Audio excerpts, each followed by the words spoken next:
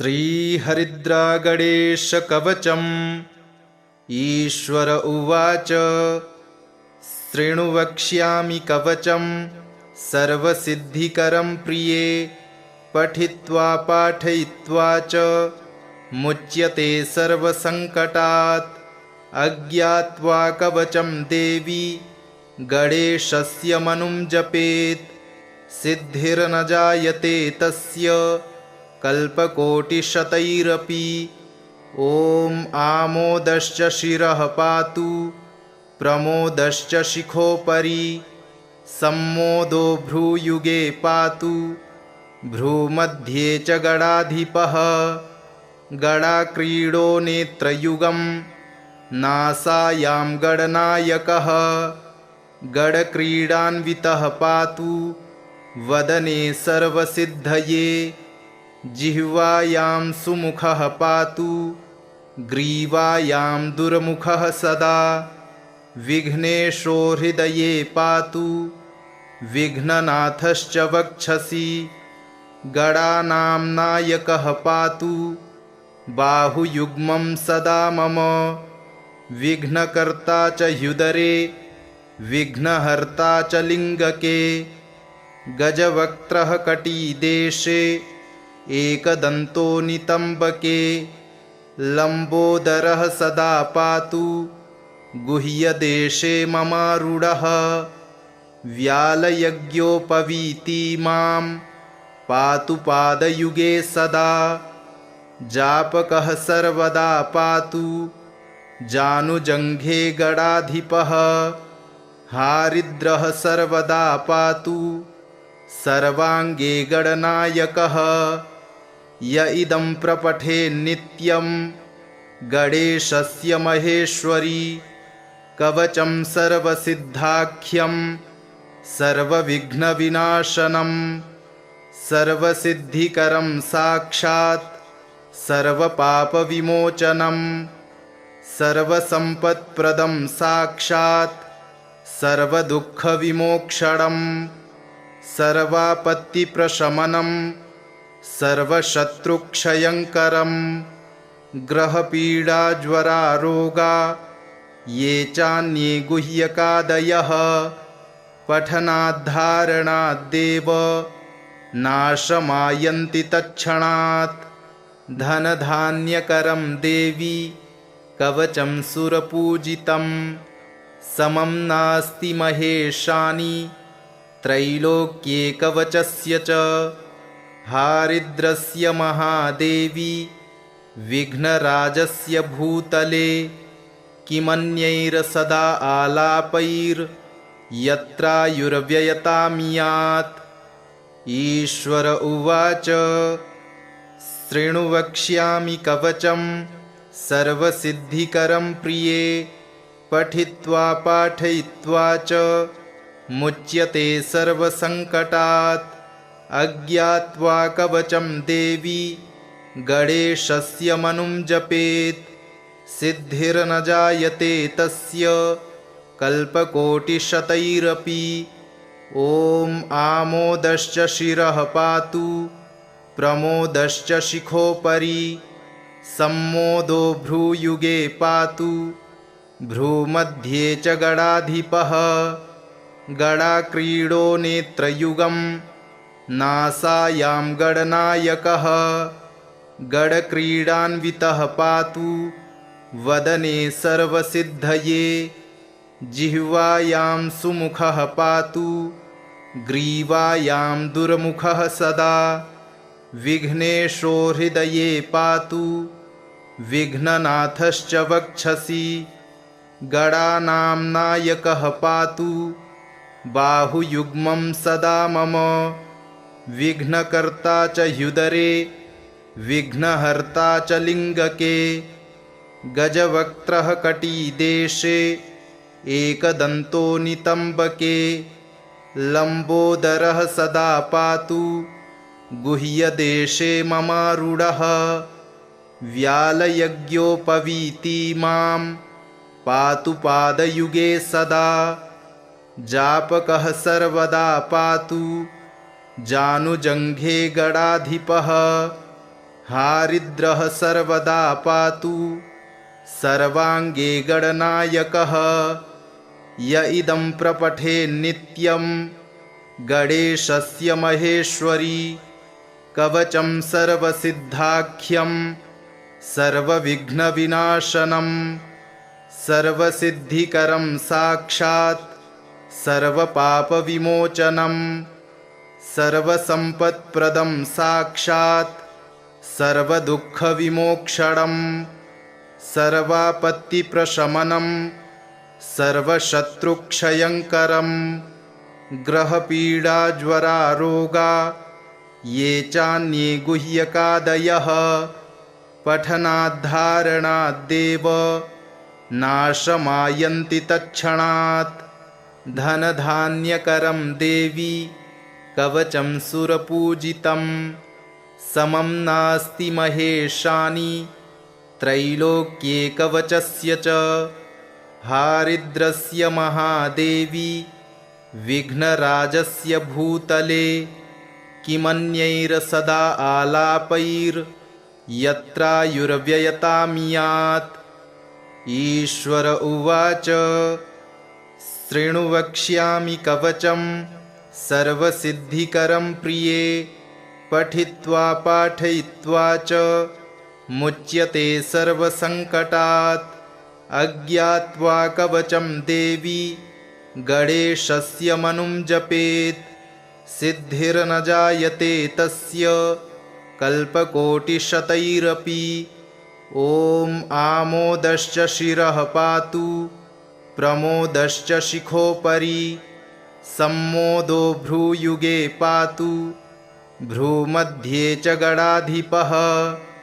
गणाक्रीडो नेत्रयुगं नासायां गणनायकः गणक्रीडान्वितः पातु वदने सर्वसिद्धये।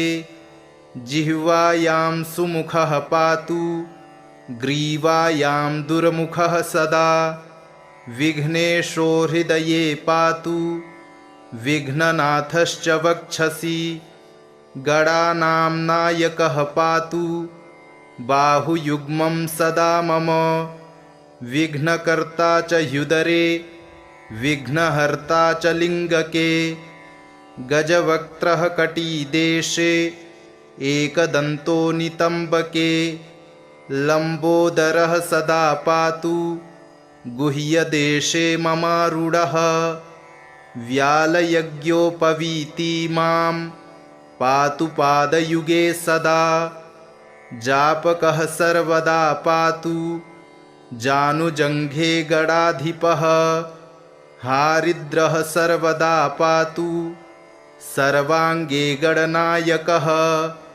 य इदं प्रपठे नित्यं गणेशस्य महेश्वरी कवचं सर्वसिद्धाख्यं सर्वविघ्नविनाशनं सर्वसिद्धिकरं साक्षात् सर्वपापविमोचनं सर्वसम्पत्प्रदं साक्षात् सर्वदुःखविमोक्षणं सर्वापत्तिप्रशमनं सर्वशत्रुक्षयङ्करं ग्रहपीडाज्वरारोगा ये चान्ये गुह्यकादयः पठनाद्धारणाद्देव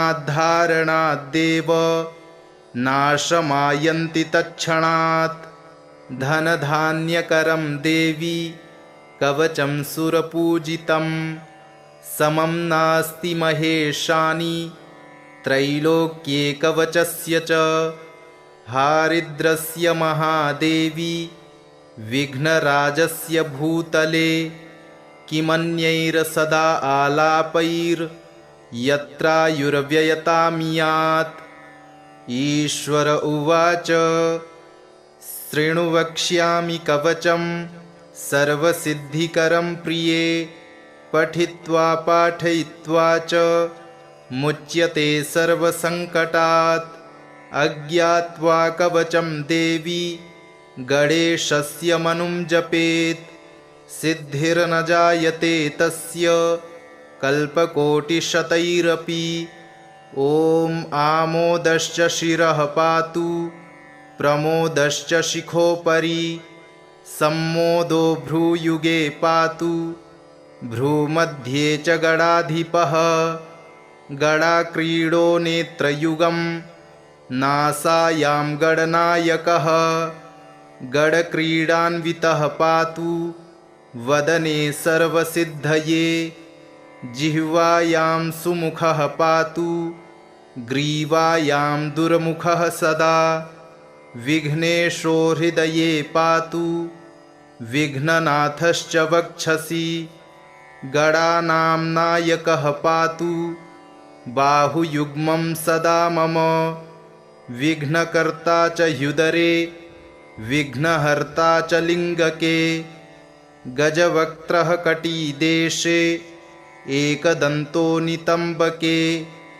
लम्बोदरः सदा पातु गुह्यदेशे ममारूढः व्यालयज्ञोपवीति मां पातु पादयुगे सदा जापकः सर्वदा पातु जानुजङ्घे गडाधिपः हारिद्रः सर्वदा पातु सर्वाङ्गे गणनायकः य इदं प्रपठे नित्यं गणेशस्य महेश्वरी कवचं सर्वसिद्धाख्यं सर्वविघ्नविनाशनं सर्वसिद्धिकरं साक्षात् सर्वपापविमोचनं सर्वसम्पत्प्रदं साक्षात् सर्वदुःखविमोक्षणं सर्वापत्तिप्रशमनं सर्वशत्रुक्षयङ्करं ग्रहपीडाज्वरारोगा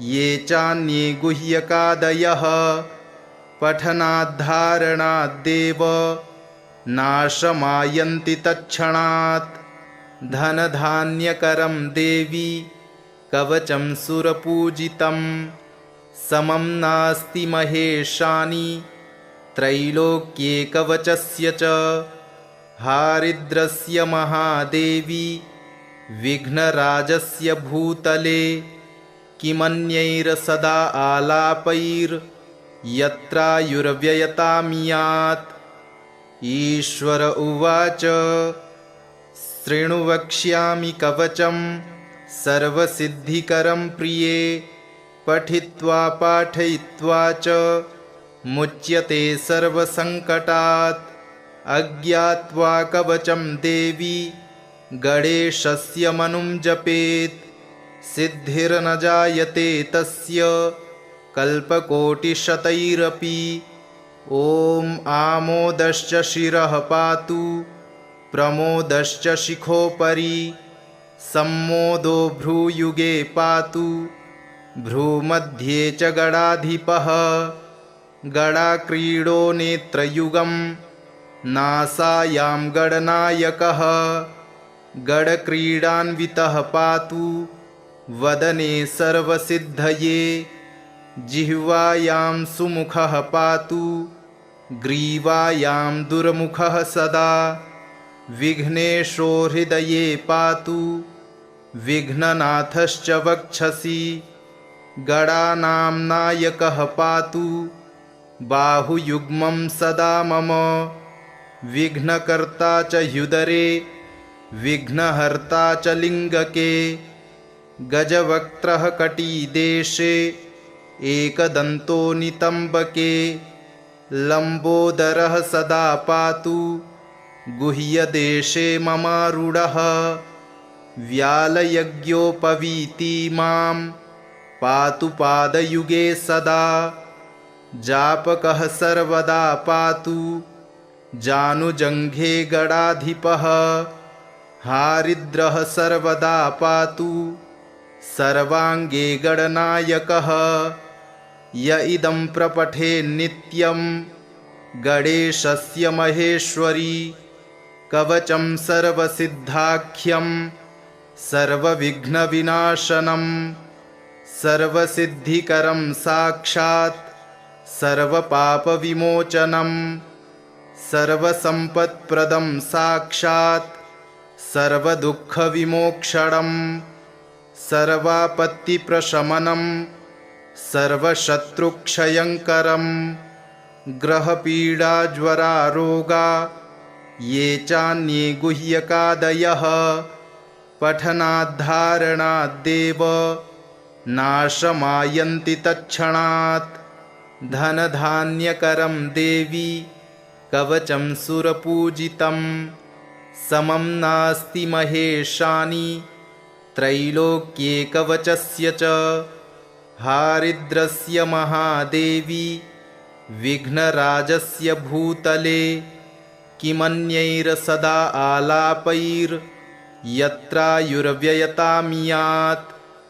ईश्वर उवाच शृणु वक्ष्यामि कवचं सर्वसिद्धिकरं प्रिये पठित्वा पाठयित्वा च मुच्यते सर्वसङ्कटात्। अज्ञात्वा कवचं देवी गणेशस्य मनुं जपेत् सिद्धिर्न जायते तस्य कल्पकोटिशतैरपि। ॐ आमोदश्च शिरः पातु प्रमोदश्च शिखोपरि सम्मोदो भ्रूयुगे पातु भ्रूमध्ये च गणाधिपः। गणाक्रीडो नेत्रयुगं नासायां गणनायकः गणक्रीडान्वितः पातु वदने सर्वसिद्धये। जिह्वायां सुमुखः पातु ग्रीवायां दुर्मुखः सदा विघ्नेशो हृदये पातु विघ्ननाथश्च वक्षसि। गणानां नायकः पातु बाहुयुग्मं सदा मम विघ्नकर्ता च ह्युदरे विघ्नहर्ता च लिङ्गके। गजवक्त्रः कटीदेशे एकदन्तो नितम्बके लम्बोदरः सदा पातु गुह्यदेशे ममारूढः। व्यालयज्ञोपवीति मां पातु पादयुगे सदा जापकः सर्वदा पातु जानुजङ्घे गणाधिपः। हारिद्रः सर्वदा पातु सर्वाङ्गे गणनायकः। य इदं प्रपठे नित्यं गणेशस्य महेश्वरी कवचं सर्वसिद्धाख्यं सर्वविघ्नविनाशनं सर्वसिद्धिकरं साक्षात् सर्वपापविमोचनं सर्वसम्पत्प्रदं साक्षात् सर्वदुःखविमोक्षणं सर्वापत्तिप्रशमनं सर्वशत्रुक्षयङ्करं ग्रहपीडाज्वरारोगा ये चान्ये गुह्यकादयः पठनाद्धारणाद्देव नाशमायन्ति तत्क्षणात्।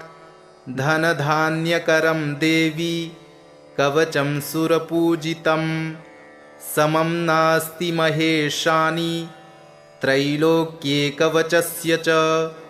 हारिद्रस्य महादेवी विघ्नराजस्य भूतले किमन्यैर्सदा आलापैर्यत्रायुर्व्ययतामियात्। ईश्वर उवाच शृणु वक्ष्यामि कवचं सर्वसिद्धिकरं प्रिये पठित्वा पाठयित्वा च मुच्यते सर्वसङ्कटात्। अज्ञात्वा कवचं देवी गणेशस्य मनुं जपेत् सिद्धिर्न जायते तस्य कल्पकोटिशतैरपि। ॐ आमोदश्च शिरः पातु प्रमोदश्च शिखोपरि सम्मोदो भ्रूयुगे पातु भ्रूमध्ये च गणाधिपः। गणाक्रीडो नेत्रयुगं नासायां गणनायकः गणक्रीडान्वितः पातु वदने सर्वसिद्धये। जिह्वायां सुमुखः पातु ग्रीवायां दुर्मुखः सदा विघ्नेशो हृदये पातु विघ्ननाथश्च वक्षसि। गणानां नायकः पातु बाहुयुग्मं सदा मम विघ्नकर्ता च ह्युदरे विघ्नहर्ता च लिङ्गके गजवक्त्रः कटीदेशे एकदन्तो नितम्बके लम्बोदरः सदा पातु गुह्यदेशे ममारूढः व्यालयज्ञोपवीति मां पातु पादयुगे सदा जापकः सर्वदा पातु जानुजङ्घे गणाधिपः हारिद्रः सर्वदा पातु सर्वाङ्गे गणनायकः य इदं प्रपठे नित्यं गणेशस्य महेश्वरी कवचं सर्वसिद्धाख्यं सर्वविघ्नविनाशनं सर्वसिद्धिकरं साक्षात् सर्वपापविमोचनं सर्वसम्पत्प्रदं साक्षात् सर्वदुःखविमोक्षणं सर्वापत्तिप्रशमनं सर्वशत्रुक्षयङ्करं ग्रहपीडाज्वरारोगा ये चान्ये गुह्यकादयः पठनाद्धारणाद्देव नाशमायन्ति तत्क्षणात् धनधान्यकरं देवी कवचं सुरपूजितं समं नास्ति महेशानि त्रैलोक्ये कवचस्य च हारिद्रस्य महादेवी विघ्नराजस्य भूतले किमन्यैर्सदा आलापैर्यत्रायुर्व्ययतामियात् ईश्वर उवाच शृणु वक्ष्यामि कवचं सर्वसिद्धिकरं प्रिये पठित्वा पाठयित्वा च मुच्यते सर्वसङ्कटात् अज्ञात्वा कवचं देवी गणेशस्य मनुं जपेत् सिद्धिर्न जायते तस्य कल्पकोटिशतैरपि ॐ आमोदश्च शिरः पातु प्रमोदश्च शिखोपरि सम्मोदो भ्रूयुगे पातु भ्रूमध्ये च गणाधिपः गणाक्रीडो नेत्रयुगं नासायां गणनायकः गणक्रीडान्वितः पातु वदने सर्वसिद्धये जिह्वायां सुमुखः पातु ग्रीवायां दुर्मुखः सदा विघ्नेशो हृदये पातु विघ्ननाथश्च वक्षसि गणानां नायकः पातु बाहुयुग्मं सदा मम विघ्नकर्ता च ह्युदरे विघ्नहर्ता च लिङ्गके गजवक्त्रः कटीदेशे एकदन्तो नितम्बके लम्बोदरः सदा पातु गुह्यदेशे ममारूढः व्यालयज्ञोपवीति मां पातु पादयुगे सदा जापकः सर्वदा पातु जानुजङ्घे गणाधिपः हारिद्रः सर्वदा पातु सर्वाङ्गे गणनायकः य इदं प्रपठे नित्यं गणेशस्य महेश्वरी कवचं सर्वसिद्धाख्यं सर्वविघ्नविनाशनं सर्वसिद्धिकरं साक्षात् सर्वपापविमोचनं सर्वसम्पत्प्रदं साक्षात् सर्वदुःखविमोक्षणं सर्वापत्तिप्रशमनं सर्वशत्रुक्षयङ्करं ग्रहपीडाज्वरारोगा ये चान्ये गुह्यकादयः पठनाद्धारणाद्देव नाशमायन्ति तत्क्षणात् धनधान्यकरं देवी कवचं सुरपूजितं समं नास्ति महेशानि त्रैलोक्ये कवचस्य च हारिद्रस्य महादेवी विघ्नराजस्य भूतले किमन्यैर्सदा आलापैर्यत्रायुर्व्ययतामियात्। ईश्वर उवाच शृणु वक्ष्यामि कवचं सर्वसिद्धिकरं प्रिये, पठित्वा पाठयित्वा च मुच्यते सर्वसङ्कटात्। अज्ञात्वा कवचं देवी गणेशस्य मनुं जपेत्, सिद्धिर्न जायते तस्य कल्पकोटिशतैरपि। ॐ आमोदश्च शिरः पातु प्रमोदश्च शिखोपरि, सम्मोदो भ्रूयुगे पातु भ्रूमध्ये च गणाधिपः। गणाक्रीडो नेत्रयुगं नासायां गणनायकः, गणक्रीडान्वितः पातु वदने सर्वसिद्धये। जिह्वायां सुमुखः पातु ग्रीवायां दुर्मुखः सदा, विघ्नेशो हृदये पातु विघ्ननाथश्च वक्षसि। गणानां नायकः पातु बाहुयुग्मं सदा मम, विघ्नकर्ता च ह्युदरे विघ्नहर्ता च लिङ्गके। गजवक्त्रः कटीदेशे एकदन्तो नितम्बके, लम्बोदरः सदा पातु गुह्यदेशे ममारूढः। व्यालयज्ञोपवीति मां पातु पादयुगे सदा, जापकः सर्वदा पातु जानुजङ्घे गणाधिपः। हारिद्रः सर्वदा पातु सर्वाङ्गे गणनायकः।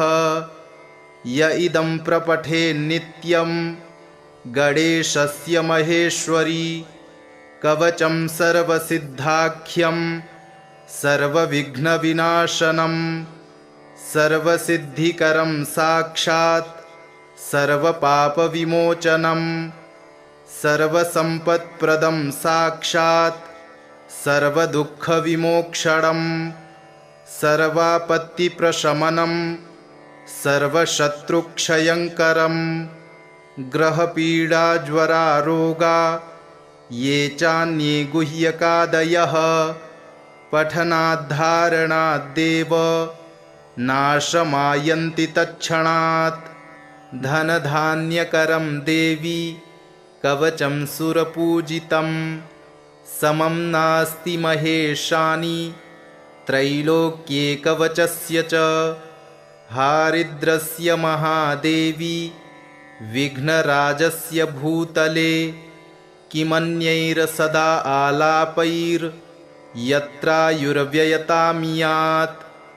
ईश्वर उवाच शृणु वक्ष्यामि कवचं सर्वसिद्धिकरं प्रिये, पठित्वा पाठयित्वा च मुच्यते सर्वसङ्कटात्।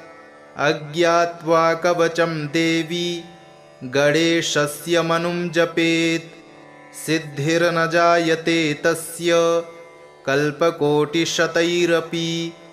ॐ आमोदश्च शिरः पातु प्रमोदश्च शिखोपरि, सम्मोदो भ्रूयुगे पातु भ्रूमध्ये च गणाधिपः।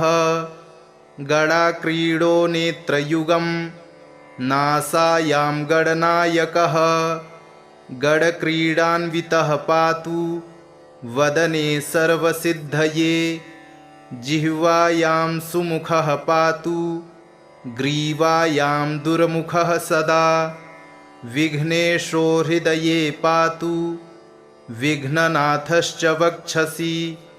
गणानां नायकः पातु बाहुयुग्मं सदा मम, विघ्नकर्ता च ह्युदरे विघ्नहर्ता च लिङ्गके। गजवक्त्रः कटीदेशे एकदन्तो नितम्बके, लम्बोदरः सदा पातु गुह्यदेशे ममारूढः।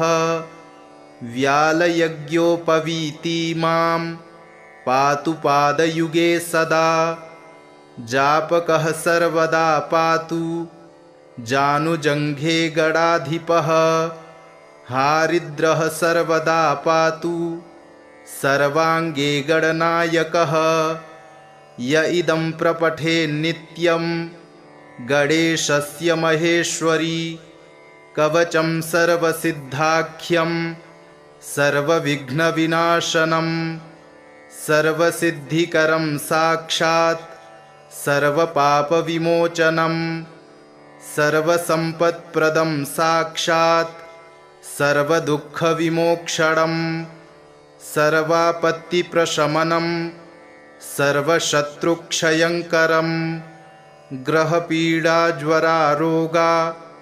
ये चान्ये गुह्यकादयः पठनाद्धारणाद्देव नाशमायन्ति तत्क्षणात् धनधान्यकरं देवी कवचं सुरपूजितं समं नास्ति महेशानि त्रैलोक्ये कवचस्य च हारिद्रस्य महादेवी विघ्नराजस्य भूतले किमन्यैर्सदा आलापैर्यत्रायुर्व्ययतामियात् ईश्वर उवाच शृणु वक्ष्यामि कवचं सर्वसिद्धिकरं प्रिये पठित्वा पाठयित्वा च मुच्यते सर्वसङ्कटात् अज्ञात्वा कवचं देवी गणेशस्य मनुं जपेत् सिद्धिर्न जायते तस्य कल्पकोटिशतैरपि ॐ आमोदश्च शिरः पातु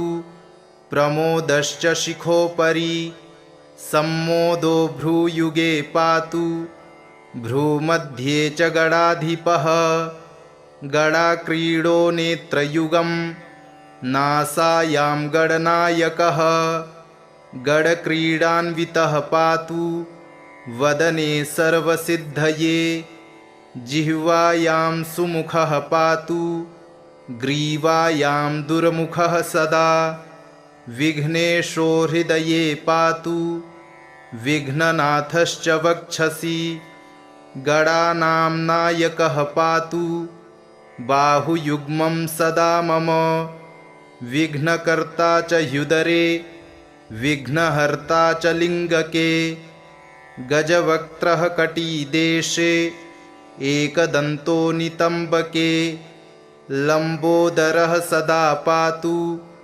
गुह्यदेशे ममारूढः व्यालयज्ञोपवीति मां पातु पादयुगे सदा जापकः सर्वदा पातु जानुजङ्घे गणाधिपः हारिद्रः सर्वदा पातु सर्वाङ्गे गणनायकः य इदं प्रपठे नित्यं गणेशस्य महेश्वरी कवचं सर्वसिद्धाख्यं सर्वविघ्नविनाशनं सर्वसिद्धिकरं साक्षात् सर्वपापविमोचनं सर्वसम्पत्प्रदं साक्षात् सर्वदुःखविमोक्षणं सर्वापत्तिप्रशमनं सर्वशत्रुक्षयङ्करं ग्रहपीडाज्वरारोगा ये चान्ये गुह्यकादयः पठनाद्धारणाद्देव नाशमायन्ति तत्क्षणात् धनधान्यकरं देवी कवचं सुरपूजितं समं नास्ति महेशानि त्रैलोक्ये कवचस्य च हारिद्रस्य महादेवी विघ्नराजस्य भूतले किमन्यैर्सदा आलापैर्यत्रायुर्व्ययतामियात् इति श्रीविश्वसारतन्त्रे हरिद्रागणेशकवचं सम्पूर्णम्।